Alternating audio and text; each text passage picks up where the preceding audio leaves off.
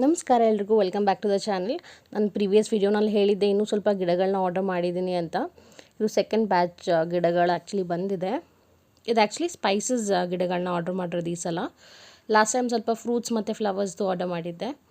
ತುಂಬ ಚೆನ್ನಾಗಿಯೇ ಪ್ಯಾಕಿಂಗ್ ಮಾಡಿ ಕಳಿಸ್ಕೊಟ್ಟಿದ್ರು. ಬಟ್ ನಾನು ಇಲ್ಲಿಂದ ಊರಿಗೆ ಕಳಿಸ್ಕೊಡೋದು ಒಂದು ಸ್ವಲ್ಪ ಲೇಟ್ ಆಯಿತು. ವಿತಿನ್ ಅ ವೀಕೆ ನಂಗೆ ಆ್ಯಕ್ಚುಲಿ ರಿಸೀವ್ ಆಗಿತ್ತು ಈ ಗಿಡಗಳು. ಸ್ವಲ್ಪ ಚೆನ್ನಾಗಿ ಟೈಟಾಗಿ ಪ್ಯಾಕ್ ಮಾಡಿ ಕಳಿಸಿದ್ದಾರೆ ನೋಡಿ. ಈ ಎಲ್ಲ ಗಿಡಗಳನ್ನ ನಾನು ನಮ್ಮ ತೋಟಕ್ಕೋಸ್ಕರ ತೊಗೊಂಡಿದ್ದೀನಿ. ಇದು ಯಾವುದು ಟೆರೆಸ್ನಲ್ಲಿ ಹಾಕೋಕ್ಕಾಗಲ್ಲ. ಮೇನಾಗಿ ನಾನು ಲವಂಗದ ಗಿಡಗಳನ್ನ ತೊಗೊಂಡಿದ್ದೀನಿ, ಆಮೇಲೆ ಮೆಣಸಿನ ಗಿಡ ತೊಗೊಂಡಿದ್ದೀನಿ, ಆಮೇಲೆ ಜಾಕಾಯಿ ಬರುತ್ತಲ್ಲ ಸ್ಪೈಸ್, ಅದ್ರ ಗಿಡನೂ ಆರ್ಡ್ರ್ ಮಾಡ್ಕೊಂಡಿದ್ದೆ. ಆಮೇಲೆ ಪಲಾವ್ ಎಲೆ, ಇದೆಲ್ಲ ಸ್ವಲ್ಪ ಮರ ಆಗೋದ್ರಿಂದ ಇದು ಯಾವುದು ನಾನು ಟೆರೆಸ್ನಲ್ಲಿ ಹಾಕ್ತಾ ಇಲ್ಲ ನಾನು. ಸೊ ಎಲ್ಲನೂ ನನ್ನ ತೋಟಕ್ಕೆ ಕೊಟ್ಟು ಕಳಿಸ್ತಾ ಇದ್ದೀನಿ. ಆ್ಯಸ್ ಐ ಟೋಲ್ಡ್, ಕೊಟ್ಟು ಕಳ್ಸೋದು ಒಂದು ಸ್ವಲ್ಪ ಡಿಲೇ ಆಯಿತು. ಸೊ ಈ ಗಿಡಗಳೇ ಚೆನ್ನಾಗಿ ಬಂದಮೇಲೆ ನಾನು ನೆಕ್ಸ್ಟ್ ಟೈಮ್ ಯಾವಾಗಾದ್ರು ವಿಡಿಯೋ ಮಾಡಿದಾಗ ಊರಲ್ಲಿ ನಾನು ನಿಮಗೆ ತೋರಿಸ್ತೀನಿ ಎಷ್ಟು ಬಂದಿದೆ, ಆಮೇಲೆ ಎಷ್ಟು ಗಿಡಗಳು ಹೋಗಿದೆ ಅಂತ. ಗಿಡಗಳ ಕಂಡೀಷನ್ ಚೆನ್ನಾಗೇ ಇದೆ ನೋಡಿ. ಎಲ್ಲ ಪೇಪರ್ ಕೂಡ ರ್ಯಾಪ್ ಮಾಡಿ ಕಳಿಸಿದ್ದಾರೆ ಆ್ಯಂಡ್ ತುಂಬ ಚೆನ್ನಾಗಿ ಸಪ್ರೇಟ್ ಪ್ಯಾಕ್ ಮಾಡಿದ್ದಾರೆ ನೋಡಿ. ಇದು ಆ್ಯಕ್ಚುಲಿ ಪೆಪ್ಪರ್ ಗಿಡ, ಇದು ಬುಷ್ ವೆರೈಟಿ. ಇದನ್ನು ಬೇಕಾದ್ರೆ ನಾನು ಟೆರೆಸ್ನಲ್ಲಿ ಹಾಕೊಬೋದಾಗಿತ್ತು, ಬಟ್ ಜಾಗ ಇಲ್ಲದೆ ಇರೋದ್ರಿಂದ ನಾನು ಊರಿಗೆ ಕೊಟ್ಟು ಕಳಿಸ್ದೆ. ಇದು ಬುಷ್ ವೆರೈಟಿ ಪೆಪ್ಪರ್. ಇದನ್ನು ಟೆರೆಸ್ ಗಾರ್ಡನ್ನಲ್ಲೂ ಕೆಲವರು ಹಾಕ್ಕೊತಾರೆ. ಪೆಪ್ಪರ್ನಲ್ಲಿ ಒಂದು ಕ್ರೀಪರ್ ವೆರೈಟಿ, ಒಂದು ಬುಷ್ ವೆರೈಟಿ ಇರುತ್ತೆ. ಸೊ ನಾನು ಕ್ರೀಪರ್ ವೆರೈಟಿ ಪೆಪ್ಪರ್ ಕೂಡ ತರಿಸಿದ್ದೀನಿ. ಆ್ಯಂಡ್ ಇದು ಲವಂಗದ ಗಿಡಗಳು ನೋಡಿ, ಮೇಲೇ ಬರೆದಿದ್ದಾರೆ. 2 ಗಿಡ ತರಿಸಿದ್ದೀನಿ. ತುಂಬ ಟೈಟಾಗಿ ಪ್ಯಾಕ್ ಮಾಡಿ ಕಳಿಸಿದ್ದಾರೆ. ಸೊ ಚೆನ್ನಾಗೇ ಇತ್ತು. ಊರಿಗೆ ಹೋದ್ಮೇಲೆ ನಾನು ಹೇಳ್ತೀನಿ ಎಷ್ಟು ಗಿಡಗಳು ಒಣಗೋಗಿದೆ ಅಂತ. ಆ್ಯಂಡ್ ನಾನು ಹೇಳಿದ್ನಲ್ಲ ಬುಷ್ ವೆರೈಟಿ ಮತ್ತು ಕ್ರೀಪರ್ ವೆರೈಟಿ ಅಂತ ನೋಡಿ. ಇದು ಕ್ರೀಪರ್ ವೆರೈಟಿ. ಇದಕ್ಕೆ ಸಪೋರ್ಟ್ ಇರಲೇಬೇಕು. ಯೂಶ್ವಲಿ ತೋಟಗಳಲ್ಲಿ ನೀವು ನೋಡೇ ಇರ್ತೀರ, ಅಡಿಕೆ ಮರಕ್ಕೆ ಆ್ಯಕ್ಚುಲಿ ಇದನ್ನ ಹಾಕಿರ್ತಾರೆ ಸಪೋರ್ಟಿಗೆ.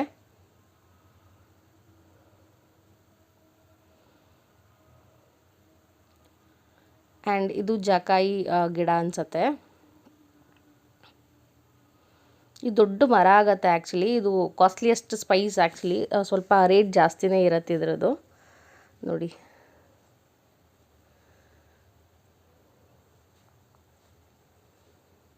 ಇದು ಗ್ರಾಫ್ಟೆಡ್ ಅಲ್ಲ ಅನಿಸುತ್ತೆ ಎಲ್ಲ ಗಿಡಗಳು, ನಾನು ಶ್ಯೂರ್ ಇಲ್ಲ ಇದ್ರ ಬಗ್ಗೆ. ಸೊ ಇದು ಡೀಟೇಲ್ಸ್ನ ತೊಗೊಂಡ್ಮೇಲೆ ನಾನು ನೆಕ್ಸ್ಟ್ ಯಾವಾಗಾದರೂ ನಾನು ಪೋಸ್ಟ್ ಮಾಡ್ತೀನಿ ಎಲ್ಲಿ ನಾನು ಇದನ್ನೆಲ್ಲ ಪರ್ಚೇಸ್ ಮಾಡಿದ್ದು ಅಂತ.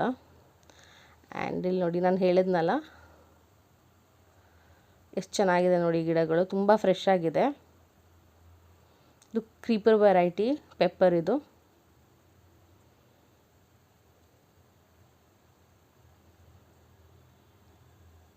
ಸೊ ನಾನು ಊರಿಗೆ ಕೊಟ್ಟು ಕಳಿಸೋದ್ರಿಂದ ಎಲ್ಲ ಹಾಗಾಗಿ ಪೇಪರ್ನಲ್ಲೇ ರೋಲ್ ಮಾಡ್ಕೊತಾ ಇದ್ದೀನಿ.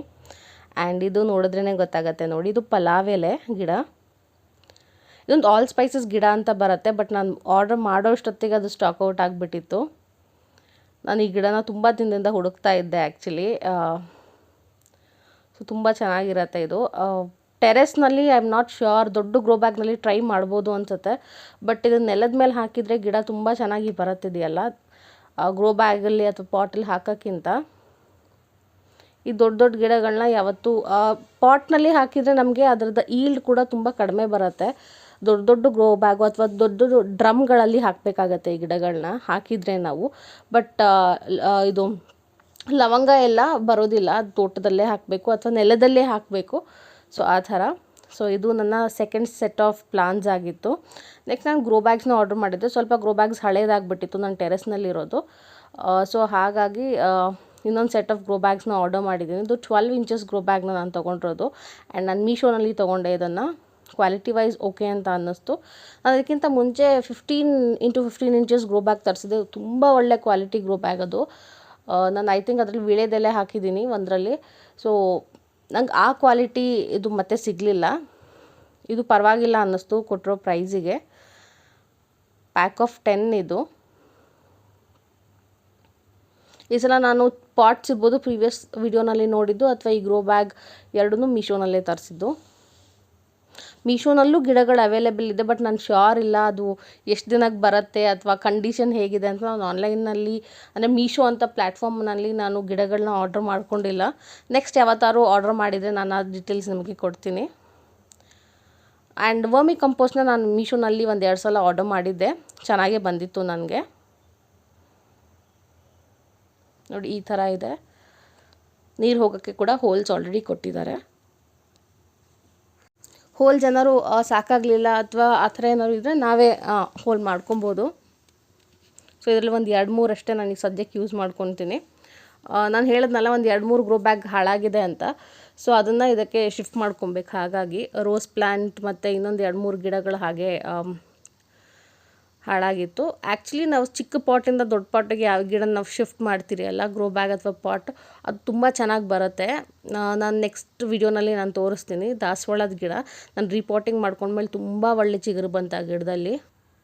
ಸೊ ಈ ಹೋಲ್ಸ್ ಏನಿರುತ್ತಲ್ವ, ಇದರಲ್ಲಿ ಹೋಲ್ ಕೊಟ್ಟಿರ್ತಲ್ಲ ಡ್ರೈನ್ ಹೋಲ್ಸು, ಅದಕ್ಕೆ ಚಿಕ್ಕ ಚಿಕ್ಕ ಕಲ್ಲುಗಳನ್ನ ಇಟ್ಕೊಬೋದು ಆ್ಯಕ್ಚುಲಿ. ಸೊ ಆ ಥರ ಇಟ್ಬಿಟ್ಟು ನಾನು ಫಸ್ಟ್ ಲೇಯರ್ ಕೆಳಗಡೆ ಮಣ್ಣನ್ನು ಹಾಕ್ತೀನಿ. ಅದಾದಮೇಲೆ ನೆಕ್ಸ್ಟ್ ವೆಜಿಟೇಬಲ್ ವೇಸ್ಟ್ ಇಲ್ಲ ಫ್ರೂಟ್ ವೇಸ್ಟ್ ಹಾಕ್ತೀನಿ, ಮತ್ತು ಇನ್ನೊಂದು ಲೇಯರ್ ಮಣ್ಣು ಹಾಕ್ತೀನಿ. ಸೊ ಈ ಥರ ನಾವು ಲೇಯರ್ಸ್ ಮಾಡ್ಕೊಂಡಾಗ ಒಳಗಿರೋ ವೆಜಿಟೇಬಲ್ ವೇಸ್ಟ್ ಇಲ್ಲ ಫ್ರೂಟ್ ವೇಸ್ಟ್ ಏನಿದೆ ಅಲ್ಲ, ಅದು ನಿಧಾನಕ್ಕೆ ಡಿಕಂಪೋಸ್ ಆಗಿ ಕಂಪೋಸ್ಟ್ ಆಗಿ ಬದಲಾಗತ್ತೆ. ನೋಡಿ ನೆಕ್ಸ್ಟ್ ಮತ್ತೆ ನಾನು ಒಂದು ಲೇಯರ್ ಮಣ್ಣು ಹಾಕ್ಕೊಂಡಿದ್ದೀನಿ. ಸೊ ಈ ಥರ ಲೇಯರಿಂಗ್ ಪ್ರಾಸೆಸ್ನಲ್ಲಿ ನಾವು ಮಾಡ್ಕೊಬೋದು ಗ್ರೋ ಬ್ಯಾಗ್ಸ್ನ. ಆ್ಯಂಡ್ ನೆಕ್ಸ್ಟ್ ಇದಕ್ಕೆ ಗಿಡ ಹಾಕ್ತೀನಿ.